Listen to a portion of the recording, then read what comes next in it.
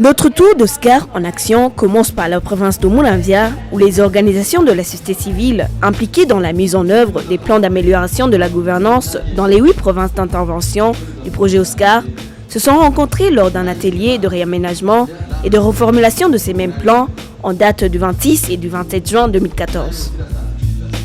On a été invité par le projet Oscar pour le réaménagement et la reformulation du plan sur l'amélioration de la gouvernance dans les 8 provinces d'action. Nous sommes venus ici pour faire la planification des activités pour l'année 2014 ou 2015. Nous revisitons le plan d'action de l'année passée. On est en train de réaménager, de reformuler le plan d'action des activités que nous avions fait, des activités qu'on avait faites dans nos provinces respectives pour pouvoir les continuer maintenant. Nous sommes ici alors pour réaménager, reformuler les projets que nous avons faits précédemment. Après une revue des activités déjà réalisées par les ESK regroupés en collectifs provinciaux des 8 provinces d'intervention du projet Oscar, les différents acteurs ont procédé à une sorte d'auto-évaluation conjointe de l'impact des activités initialement planifiées. L'association CDMONASIC, Cercle pour le développement du monde rural, coordonne les activités de lutte contre les violences sexuelles en milieu scolaire. Le DPV a mis en œuvre un plan sur l'amélioration de la gouvernance foncière en province Makamba, spécifiquement dans le domaine de la résolution pacifique des conflits fonciers. Nous avons travaillé dans la province de Cibitoke, comme je vous ai dit, spécifiquement dans les communes de Buganda, Mugina et Rugombo. Le réseau FAMEP, comme les autres organisations, ont été identifiés par le projet Oscar pour pouvoir accompagner les organisations de la société civile qui travaillent à l'intérieur du pays sur la thématique gouvernance, spécifiquement dans le domaine genre. Notre réseau encadre la province de Cibitoke et la province de Muyinga. On a travaillé sur les activités d'identifier les couples en union libre. Après, on a organisé des journées sportives pour sensibiliser les gens à lutter contre les violences basées sur le genre. Dans le plan initial, on avait prévu comme activité d'abord l'identification des écoles qui enregistrent beaucoup de cas de violences sexuelles. Ensuite, la mise en place de clubs de lutte contre les violences sexuelles sur ces mêmes écoles et la formation des membres de ces clubs ainsi que les encadreurs de ces clubs.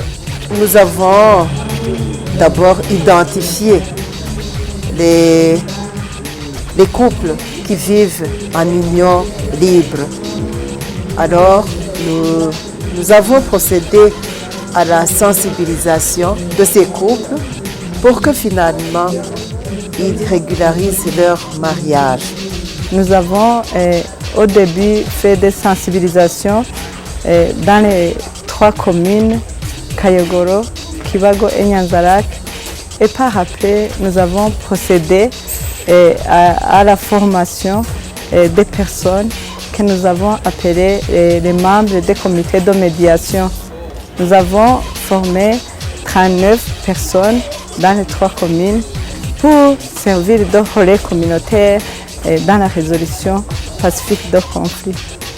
Troisième activité, on a fait les journées d'enregistrement de ces couples en union libre. La troisième activité, il s'agissait de la documentation des victimes de violences sexuelles pour pouvoir les appuyer matériellement, légalement et également leur apporter un appui médical. Après cette auto-évaluation, la presque totalité des acteurs ont relevé que malgré une bonne programmation et des activités qui étaient plus que pertinentes pour les différentes thématiques, des contraintes ont surgi le long de l'exécution. Et c'est un plan que nous avons mis en œuvre pendant 3 mois uniquement. Il est difficile d'atteindre les résultats voulus dans les 3 mois. C'est ainsi que si on reformule, si on réaménage selon les contraintes rencontrées. Et puis, comme cela, on peut atteindre les résultats voulus. Évidemment, les lacunes ne manquent pas. Il s'agit c'est toutes des contraintes qui sont liées aux moyens qui ont été insuffisants, mais également des contraintes liées au temps qui était imparti sur la réalisation des activités du premier plan était vraiment trop court.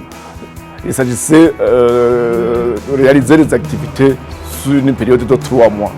Nous avons pu remarquer qu'avec ces régularisations des couples en union libre, que les violences basées sur le genre ne seraient pas réduites comme était prévu dans nos résultats. Alors on a pu réaménager afin d'identifier d'autres violences basées sur le genre et de lutter contre ces violences en insistant sur les droits de la femme, les sortes de VBG, la lutte contre ces VBG.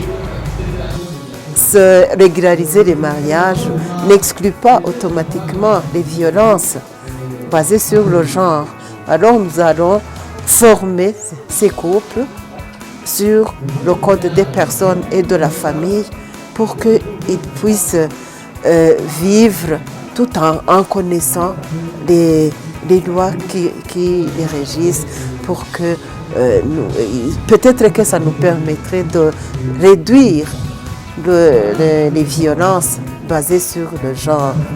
Nous avons eu les contraintes de l'appui de l'administration. Maintenant, au cours de ce réaménagement, nous voulons approcher beaucoup l'administration et le CNTB pour qu'ils nous appuient dans cette activité pour que les conflits fonciers soient réglés à l'amiable.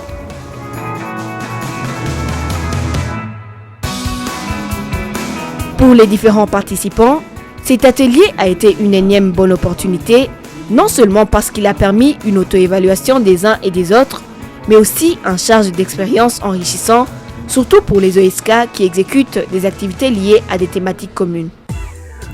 C'est une bonne chose parce que si on réalise une activité, il est bon qu'à un certain moment, on s'évalue, on s'auto-évalue pour qu'on puisse reprogrammer ou réorienter l'activité pour que ça soit plus efficace, pour que ça donne beaucoup plus de fruits.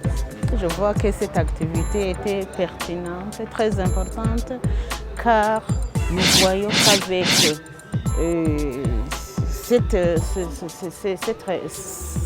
réaménagement, qu'on va aboutir à nos objectifs. J'apprécie positivement cette organisation, parce que ça a permis une vision commune, d'avoir une vision commune sur les activités, mais aussi ça va améliorer les relations entre les organisations au niveau provincial et les organisations qui les encadrent, puisqu'avant, on avait planifié séparément, mais pour le moment, puisqu'on planifie ensemble, nous espérons que la mise en œuvre sera facile. Nous attendons les moyens convenus avec Oscar de ce plan de réaménagement. Alors nous allons nous relancer sur le terrain. Les ESK concernés sont donc repartis vers leur province d'origine avec des plans bien ficelés qui devraient cette fois-ci leur permettre d'exécuter leur activité en minimisant des risques et en diminuant de manière considérable les contraintes.